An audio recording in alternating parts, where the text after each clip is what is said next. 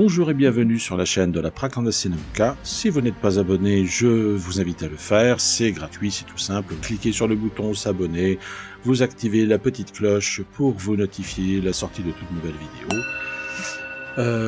Les vidéos podcasts des rendez-vous avec une vie sortent de toute façon chaque semaine, les lundis, les jeudis, à 18h, heure de Paris-Bruxelles.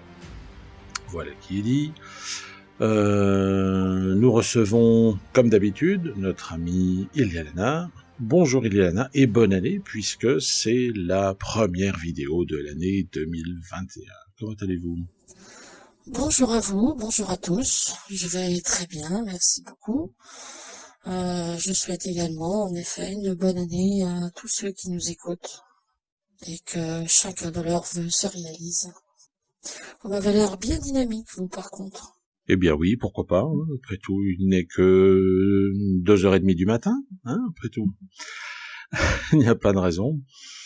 Eh bien, vous êtes fidèle à votre réputation d'aller toujours bien, c'est formidable, ça donne le ton. Alors, nous avons failli ne pas vous avoir au rendez-vous aujourd'hui, Eliana. C'était tout juste, ça s'est joué un cheveu. Oui, effectivement, j'ai failli ne pas pouvoir être là. J'ai fait tout ce que j'ai pu, et puis finalement, voilà.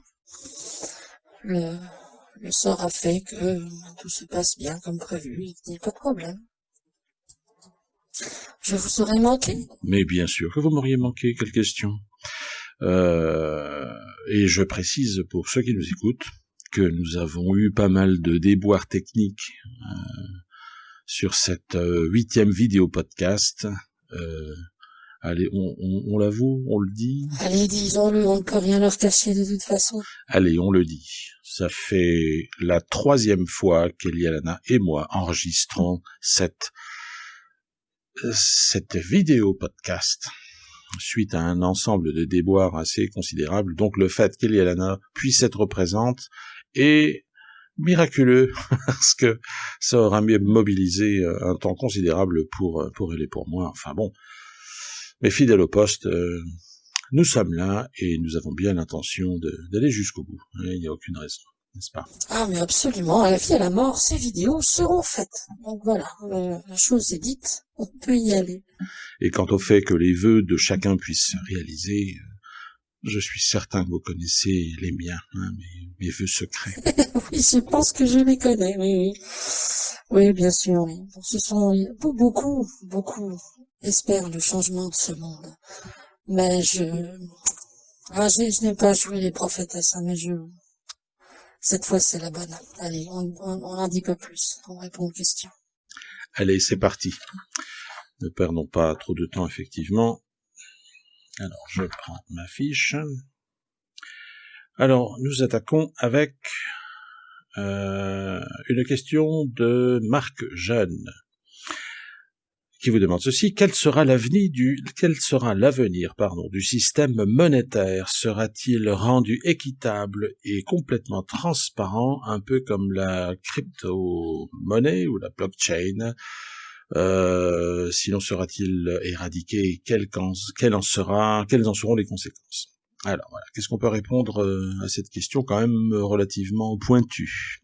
Oui, ça, c'est de la question pointue, effectivement. C'est pas de la question pour rigoler. Alors, quand sera-t-il... Bon, alors, il faut savoir, comme de toute façon tout le monde le sait aujourd'hui, le système monétaire actuel est fondé sur la dette dans le cadre d'une économie de destruction, comme le dit très bien Idriss Aberkan, que nous apprécions beaucoup. Et évidemment, ce type de système monétaire ne peut pas perdurer, c'est une évidence, puisque c'est quelque chose d'absolument catastrophique qui a mené le monde quasiment à la perdition. Alors, il sera remplacé, par un système monétaire, il faut un système d'échange.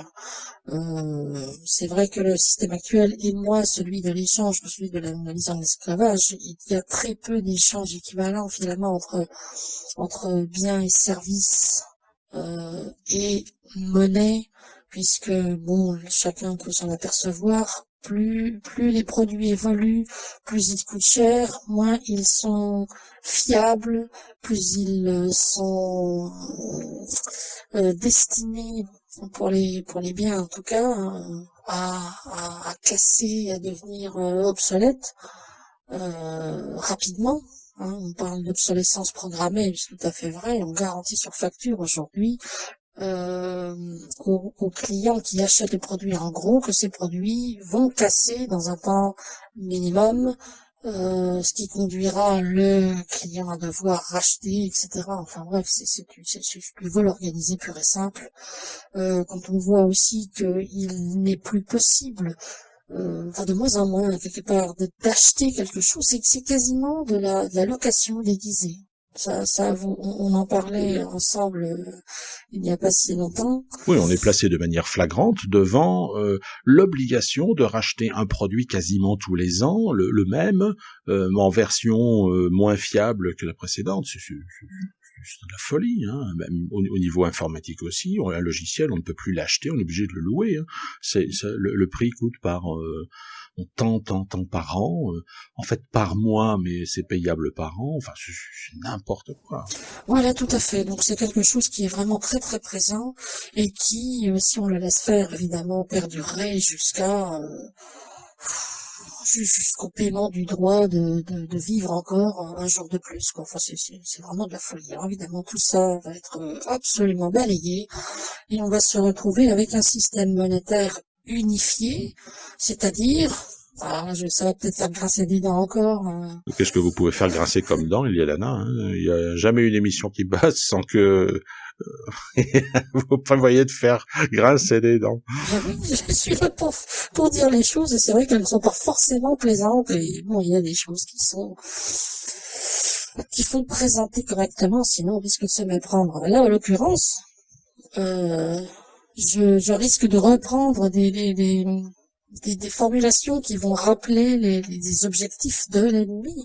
Il faut savoir quand même que nous avons des objectifs qui sont très proches de ceux de l'ennemi, ou le contraire, hein, on prend comment sens qu'on veut, parce que ça représente une solution idéale. L'ennemi va essayer de l'exploiter de manière à resserrer son emprise sur l'humanité, et nous on va l'employer pour libérer l'humanité. La solution quelque part dans beaucoup de cas est identique. Elle est la même pour un camp et pour l'autre, mais avec évidemment des vues complètement opposées en termes de résultats. Alors lorsque je parle de similitudes entre l'ennemi et nous, dans ce contexte de la monnaie, c'est dans le cadre d'une monnaie unique, où nous avons un monde, un peuple mondial qui vivra en bonne intelligence, et chacun devra pouvoir avoir recours à une monnaie équivalente, qu'il n'y ait pas de problème de change, qu'il n'y ait pas de problème de douane, qu'il n'y ait de problème des gens qui fassent des fortunes sur la variation des monnaies, induites par un certain nombre de manipulations des marchés financiers. Non, c'est une magouille légale aujourd'hui, mais institutionnalisée, mais elle est innommable. Il y a la valeur d'une monnaie, vous allez dans un pays où il faut des millions d'unités monétaires pour faire $1 américain, ça n'a pas de sens. Ça n'a pas de sens. Alors évidemment, il faut une normalisation de l'ensemble des marchés, de manière à ce que chacun puisse trouver le même produit, fabriqué dans un but qui ne soit pas celui de la rentabilité, mais celui du service à rendre à la personne qui va l'acquérir. Je suis sûr que je ne vais pas faire trop long parce qu'il y aurait vraiment de quoi en faire une conférence de 2 heures sur cette histoire-là. C'est quand même très complexe. Mais les plans, les objectifs sont très bien définis actuellement de notre côté. Nous savons exactement ce qu'il en sera et on sera dans une logique d'une fluidité parfaite en termes de valeur, de contre-valeur et de qualité de produit, obligatoirement. des entreprises pourront continuer à produire, mais ces entreprises ne seront plus motivées par la rentabilité. Si jamais elles devaient l'être, qu'on devait soupçonner que ce soit la base sur laquelle l'activité économique de telle entreprise est fondée, alors nous interviendrions pour stopper ça, prendre la main de cette entreprise, s'en saisir et permettre la production de ce produit, mais cette fois gratuitement. Et on vire tout le monde. On ne garde que le cœur opératif, on produit le produit, le cas de dire, et on en permet à ce moment-là la distribution gratuite au bénéficiaire final, en prenant très soin de faire en sorte que ces produits correspondent à une qualité absolument impeccable. Et bon, je prends par exemple dans le domaine de n'importe quel domaine d'ailleurs, hein, on va dire le domaine de l'électronique, vous avez une pièce particulière. Il arrive que cette pièce soit bridée ou soit volontairement altérée en termes de capacité dans l'usine pour pouvoir faire une dégradation de prix, c'est-à-dire un premier prix, second prix, prix qualité high-tech, top, alors que c'est le même produit mais non bridé et vous le payez plus cher. Tout ça pour pouvoir le payer plus cher. Non, si un produit est top qualité, on le vend top qualité à un prix raisonnable à tout le monde. De toute façon, rien ne pourra être vendu au public à plus de 10 fois sa valeur de production totale. Ça peut faire beaucoup vu comme ça, mais il y a des produits qui se vendent des milliers de fois supérieurs au coût de production. On a déjà parlé, il est déjà arrivé de parler des produits pharmaceutiques. Si on prend l'exemple, par exemple, c'est il cas de le dire, si on prend, bref, si on prend l'exemple du traitement de la leucémie. La chimiothérapie qui est enclenchée dans ce cas-là, par exemple, c'est des produits achetés au laboratoire pharmaceutique par l'hôpital, qui sont revendus aux patients. Quand on a entre guillemets la chance de se faire rembourser, c'est bien, c'est l'État qui paie, mais il faut savoir que la marge brute sur une opération comme ça, parce que c'est moins une opération de soins qu'une opération marketing, on se retrouve avec une marge brute de 20 000%. Vous imaginez?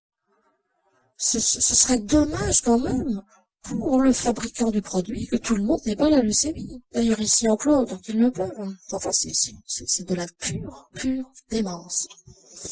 Donc tout ça, il va falloir faire table rase et arriver à quelque chose de parfaitement sain où l'argent sert à échanger des biens, des produits, des gens pourront gagner leur vie sur le fait de produire des choses utiles et de toute façon, chaque individu dans ce monde recevra du jour de sa majorité jusqu'à la fin de son existence ce qu'on appelle la mense universelle et qui correspond à une somme, ça doit faire à peu près l'équivalent de, je pense pas trop me tromper, mais enfin la valeur de la monnaie peut-être plus très exacte. Enfin, ça fait l'équivalent à peu près de 1 000 € par mois, en sachant que il n'y a aucune contrepartie.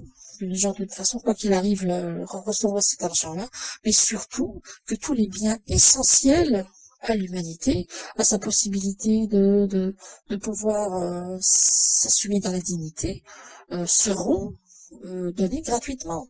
Le logement obligatoirement sera gratuit, les vêtements de base seront gratuits, la nourriture sera gratuite, l'eau sera gratuite, l'énergie sera gratuite.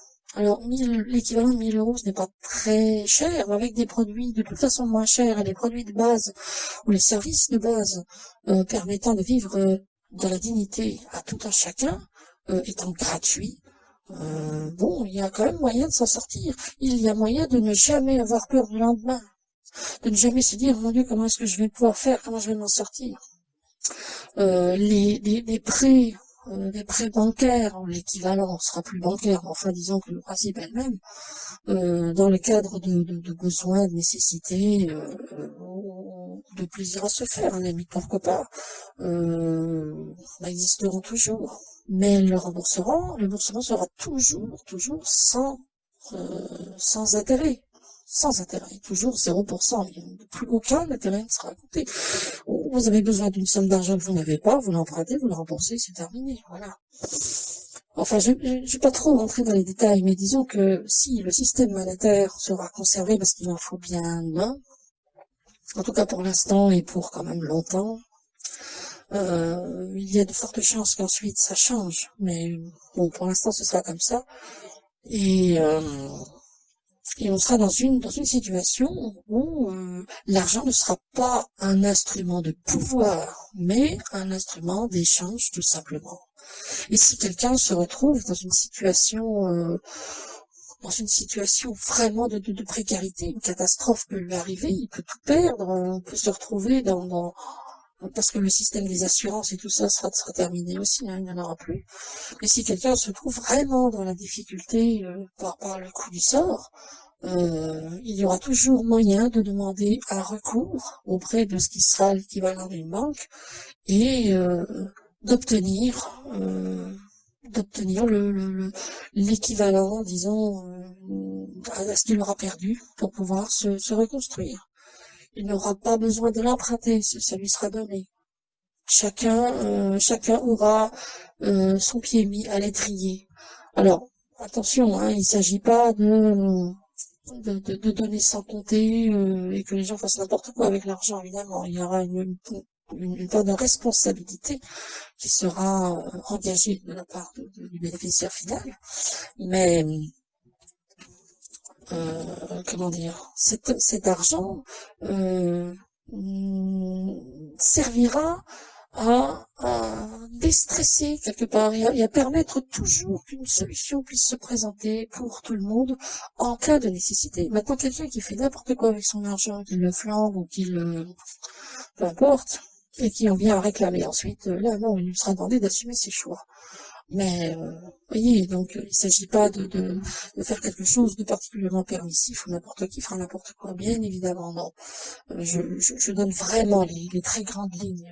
C'est une question intéressante parce que finalement, c'est vrai que aujourd'hui, chacun est obligé de payer pour pouvoir vivre, pour pouvoir survivre. Si vous ne payez pas, vous ne pouvez pas survivre. Vous ne pouvez pas vous développer, vous n'avez pas la possibilité d'être un bon esclave. Vous devenez un parasite.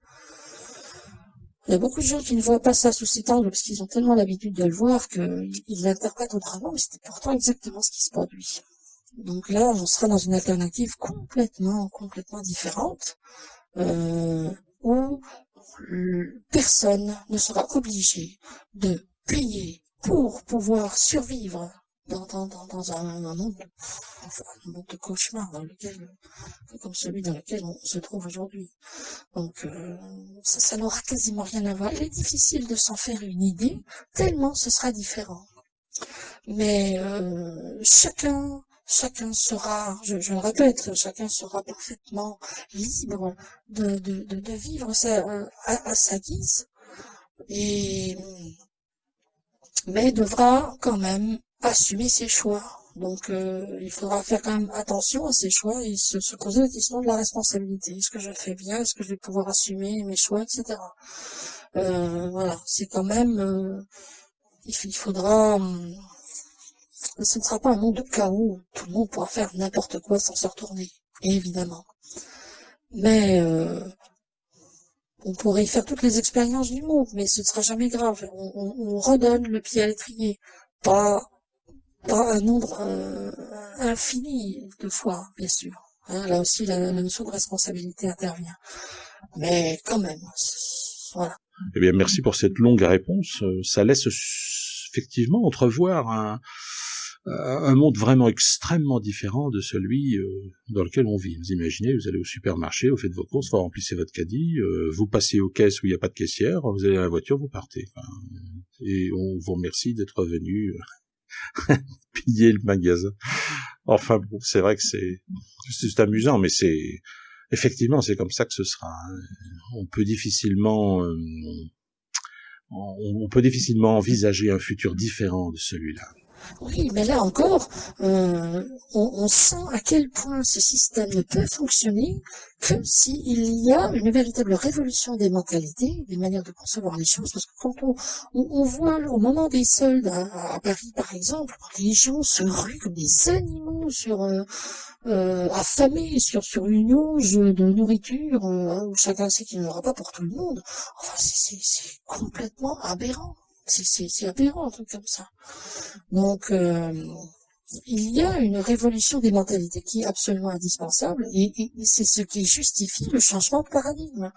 Hein, on a souvent dit, il ne s'agit pas de changer de système politique, socio-économique pour un autre. Il s'agit de réformer une civilisation humaine sur base d'une évolution de conscience. Si l'humanité n'évolue pas, ne fait pas évoluer sa conscience, ça ne pourra pas fonctionner. Là aussi, ils vont se ruer comme des bêtes sur les trucs parce qu'ils sont gratuits, enfin, se gavant pour que l'autre n'en ait pas, ça n'ira pas. Donc effectivement, tout ça est un tout.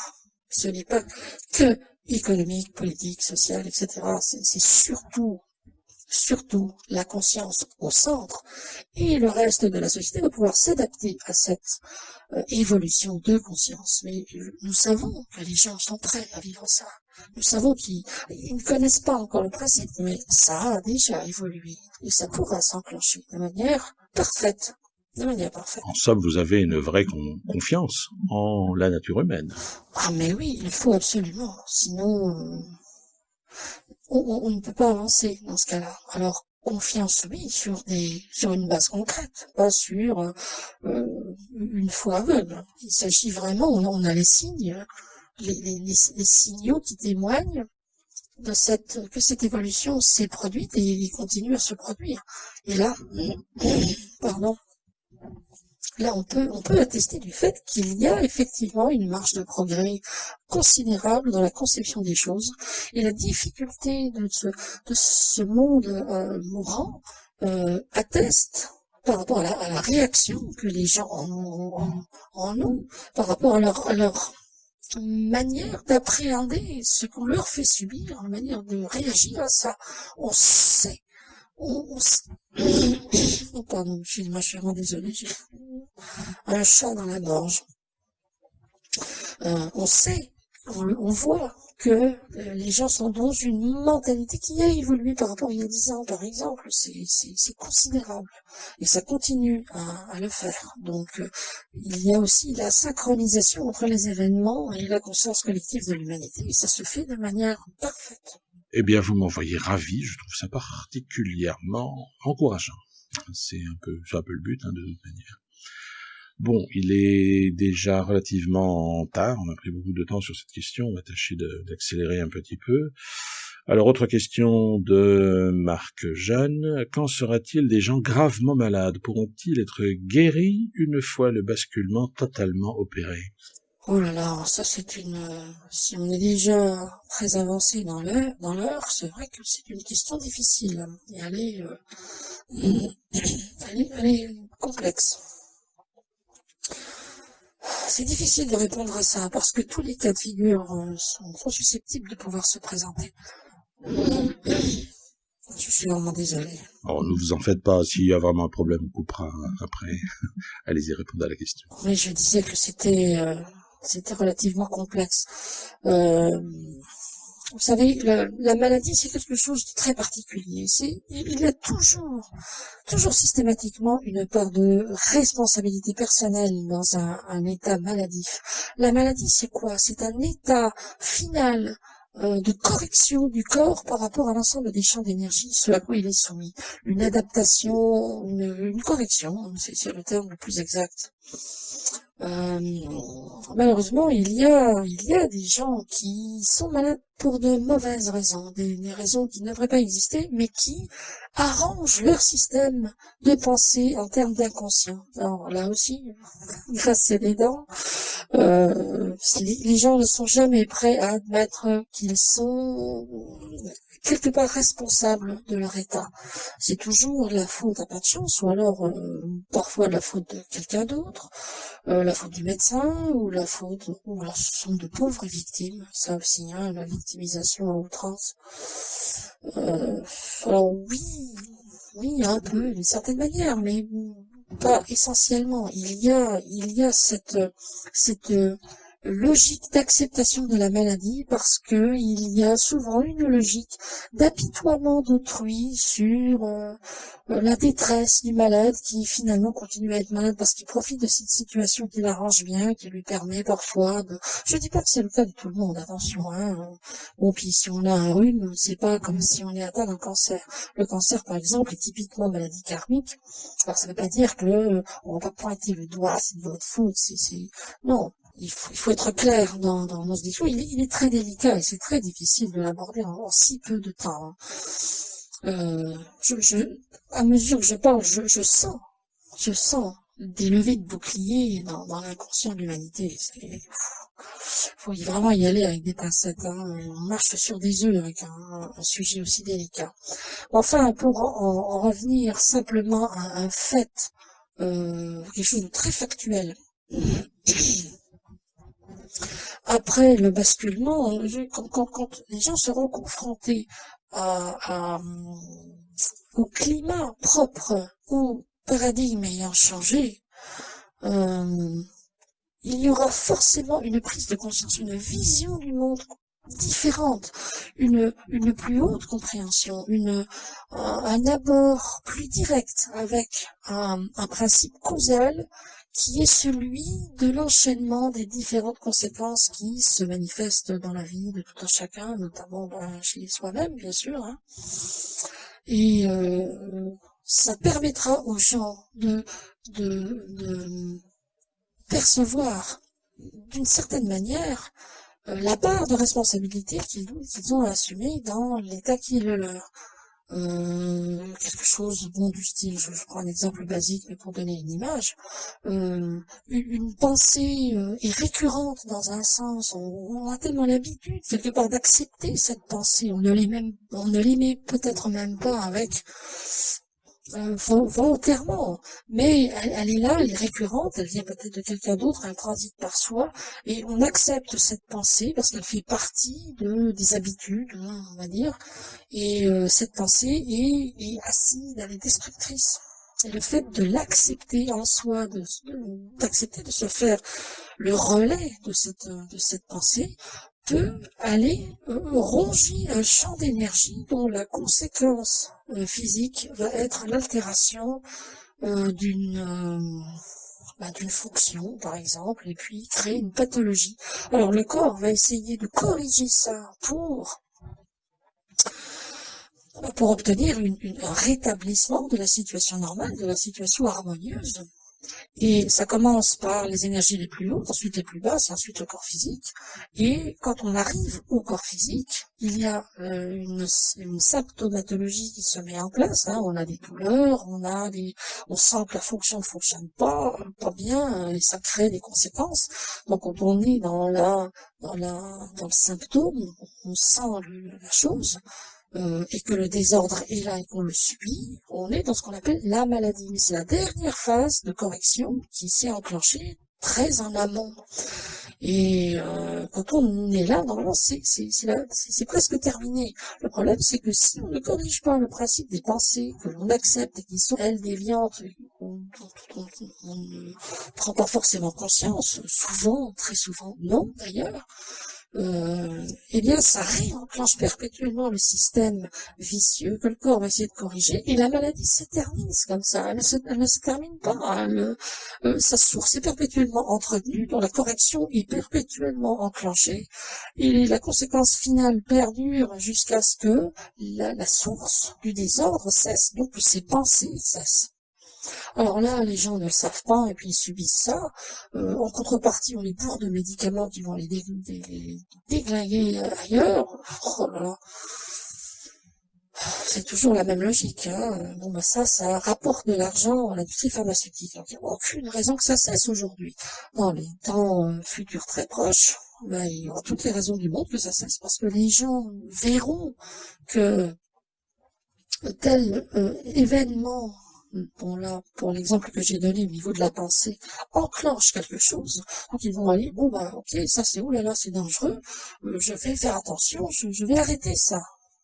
Et bon, ce sera pas fait en 2 jours, parce que l'habitude étant ancrée, c'est plus délicat.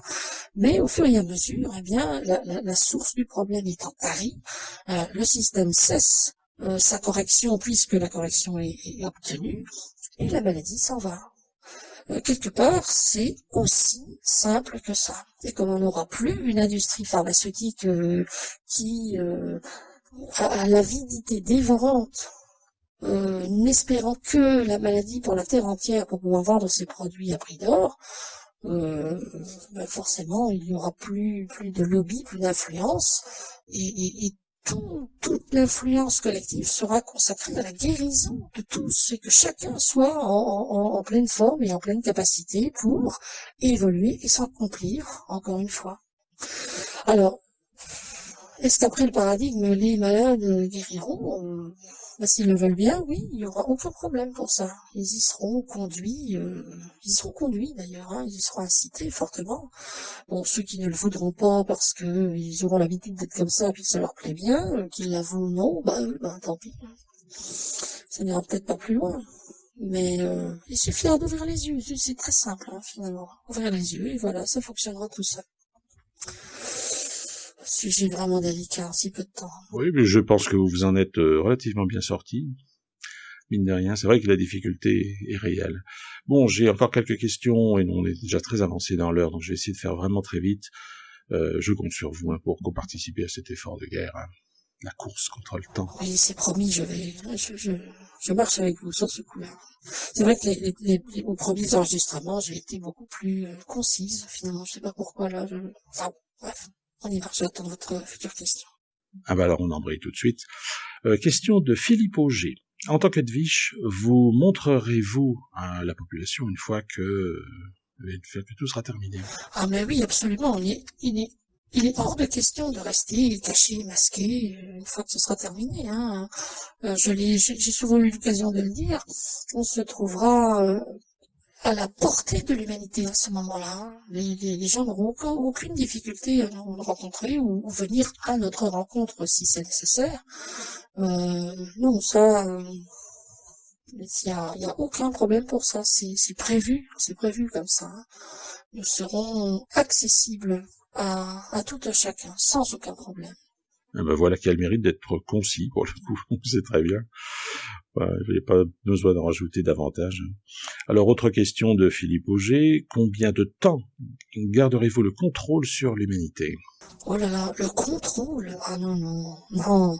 Là déjà à la base, il y a une mécompréhension, je pense. Il est hors de question d'exercer un contrôle sur l'humanité. On ne contrôle pas l'humanité. On est là pour baliser son champ d'expérience collective, même pas individuelle, hein, collective. Et non, il s'agit pas de contrôle. L'ennemi contrôle la population. Nous, on ne contrôlera rien ni personne. Il s'agit d'être là pour prémunir l'humanité des risques du retour de l'ennemi, parce que je vous garantis que dans sa partie principielle, hein, cette espèce de chose un peu diffuse, omniprésente, qui se saisit de l'opportunité de manipuler quelqu'un par ambition, par du goût ou du pouvoir, pardon. Ça, on sait que c'est là, donc on sera là pour juguler ces effets-là, mais il est hors de question d'exercer quelque contrôle que ce soit. On va essayer de maîtriser la situation, on va pas qu'essayer, on va le faire, il n'y a aucune raison. Maîtriser la situation entre le passage entre l'exercice du contrôle de l'ennemi et la libération de l'humanité. On peut pas imaginer être là pour libérer l'humanité en exerçant un contrôle dessus. C'est pas possible, ça. On balise, ça oui. Et attention, n'allez pas par là, parce que là, ça va recommencer, hein. Oh, mais pourtant, non, c'était pas mon intention. Ouais, mais attention ou pas, il y a, voilà, et puis il y a l'habitude aussi, hein. Les gens seront quand même assez habitués à exercer un même type de comportement par rapport à un même type de situation. Ils ne connaissent que ça, donc ils l'exercent comme ça. Il faudrait leur apprendre à exercer leur droit à la liberté dans la limite de du respect de la liberté d'autrui, hein, encore une fois. Donc bon, mais ça se fera très facilement. On sera là pour enseigner, pas pour mettre en laisse, hein, qui que ce soit. Donc non, je peux pas répondre à cette question. Il y aura pas de contrôle. On peut pas parler du temps d'exercice de ce contrôle. C'est pas possible. Si on parle de l'état d'urgence potentiel au niveau civilisationnel, en attendant que les choses se stabilisent, que les cendres retombent et qu'on bâtisse des règles qui conviennent à tout le monde, le schéma est préétabli, hein, depuis un moment, mais bon, ça prendra peut-être un temps, mais tout dépend, là encore, de la réaction des gens par rapport à ce qu'on va mettre en place. Et de toute façon, on ne mettra en place aucune mesure liberticide, aucune. Mais en revanche, on préviendra quand même les gens du fait que ce n'est pas parce qu'ils sont libres qu'ils vont pouvoir se comporter de manière complètement chaotique, faire n'importe quoi, en espérant échapper à toute forme de conséquences liées à leurs actes, et espérer qu'on les encourage encore. Non, parce que là, on retombe encore une fois dans le même système. Donc ce sera un peu délicat au départ, mais sans plus. Il ne s'agit pas de contrôle, certainement pas. Évidemment, retomber dans un schéma propre à l'ennemi, on ne voit pas bien l'intérêt finalement. Hein. Ce n'est pas un putsch destiné à prendre le contrôle de l'humanité à la place de l'ennemi, certainement pas. Hein. Vous êtes quand même bien là pour la libérer, pas succéder à l'ennemi. Enfin bon. Alors, toute dernière question du jour, une question anonyme qui sera rapide également. Ne pensez-vous pas qu'il faudrait d'abord permettre à la population de manger à sa faim pour pouvoir s'élever spirituellement ensuite? Oui, alors là, nous sommes parfaitement d'accord avec ça. C'est une absolue évidence. C'est vrai que on ne peut pas demander à quiconque quoi que ce soit si il est dans un état de faiblesse où il lui manque l'essentiel. Hein. C'est ce que je disais tout à l'heure. Tous les besoins fondamentaux seront assurés, notamment donc la nourriture, et une nourriture saine, hein, attention, hein, pas les dégueulasseries qu'on trouve aujourd'hui, hein, enfin bon, bref. Non, bien sûr, il faut que chacun puisse manger à sa faim, chacun puisse être logé dignement, vêtu dignement, pouvoir vivre sans se soucier du lendemain, ouvrant son propre champ de possibilités, de manière à pouvoir enclencher les meilleurs processus selon l'entendement de tout un chacun qui est concerné, afin de pouvoir s'accomplir. Notre objectif est de réunir toutes les conditions pour que chacun travaille sainement et honnêtement à son propre bonheur et à la contribution du bonheur d'autrui. Donc ça, évidemment, ça se fait l'estomac plein, parce que l'estomac vide, c'est pas possible. Il y a l'appel du corps qui demande à pouvoir survivre. Non, c'est certain. Ce seront d'ailleurs les toutes premières priorités qui seront assurées de notre part, faire en sorte que tout le monde puisse manger à sa faim. Ça se présente pas forcément très bien à ce niveau-là, parce qu'il y a énormément de réserves de nourriture au niveau mondial qui ont été soit sabotées, soit détruites, soit contaminées, soit les bouleversements météorologiques ont causé des pertes énormes au niveau de nourriture. Mais bon, on y arrivera, on est parfaitement confiante à ce niveau-là. On fera tout ce qui est nécessaire pour développer des initiatives comme la permaculture qui est absolument indispensable. C'est incohérent qu'on ne mette pas davantage ça en avant. Enfin, incohérent dans le monde dans lequel vous vivez encore, c'est un peu normal. Enfin, disons que non, il y a effectivement, c'est une évidence. On respecte pas mal quand même les priorités qui apparaissent dans la pyramide de Maslow. Les besoins fondamentaux, et ensuite de plus en plus à partir du moment où les besoins précédents sont satisfaits, c'est un schéma cohérent qu'on va essayer de suivre parce que finalement il est bon. Et tout ce qui constitue la base sera fourni gratuitement, encore une fois, pour que chacun puisse se permettre d'y avoir accès de manière absolument inconditionnelle. Donc oui, en effet, il faut manger d'abord et s'élever ensuite. Spirituellement, peu importe, hein, vous savez, s'élever spirituellement, ce n'est pas forcément obligatoirement un choix de vie à partir du moment où on peut s'accomplir intérieurement, qu'on est dans une voie de progrès intérieur, qu'on est serein intérieurement. Le progrès spirituel, entre guillemets, se fait tout seul. C'est un processus naturel, hein, le progrès spirituel. C'est pas s'engager dans une voie où on se met à genoux et on prie, ou alors on se met en lotus et on reste 3 heures comme ça en méditation. Non, oui, il y a des gens qui en ressentent le besoin et qui le font parce qu'ils sont arrivés à ce stade où ça leur est agréable. Et ça concourt à leur accomplissement. C'est pas le cas de tout le monde. Quelqu'un qui apprend, qui ressent en lui le besoin d'être bienveillant envers ses voisins, qui salue sa voisine, son voisin, la gardienne de l'immeuble qui sort les poubelles, on la remercie pour l'effort qu'elle fournit. Enfin, je sais pas. Hein. Bon, c'est pas forcément moi qui vis dans le contexte qui donne le meilleur exemple pour pouvoir en trouver pour illustrer mes propos. Mais enfin, cette simplicité de cœur et d'esprit est déjà un progrès spirituel par rapport à un stade antérieur où on est rustre, aigre, morose, enfin bon, voilà. Finalement, tout concourt à cette évolution de l'esprit, de la conscience. Mais effectivement, on ne peut pas se passer de manger avant toute chose. C'est la toute première priorité. Être en bonne santé, manger, être vêtu, avoir chaud, pouvoir être soigné correctement, sainement. Ça c'est absolument la base et personne n'aura jamais à payer pour ça. Je vous remercie Lielana pour vos réponses. Je ne épilogue pas davantage puisque nous sommes un petit peu en retard. Merci pour ces bonnes explications, ces longues explications. Je vous donne rendez-vous pour jeudi prochain, comme d'habitude. Portez-vous bien en attendant et à chacun, encore une fois, que le meilleur de l'avenir puisse vous combler au maximum de vos vœux. Merci à vous également et merci à tous ceux qui nous écoutent. Prenez soin de vous, ayez confiance, tout est là. À la prochaine, au revoir.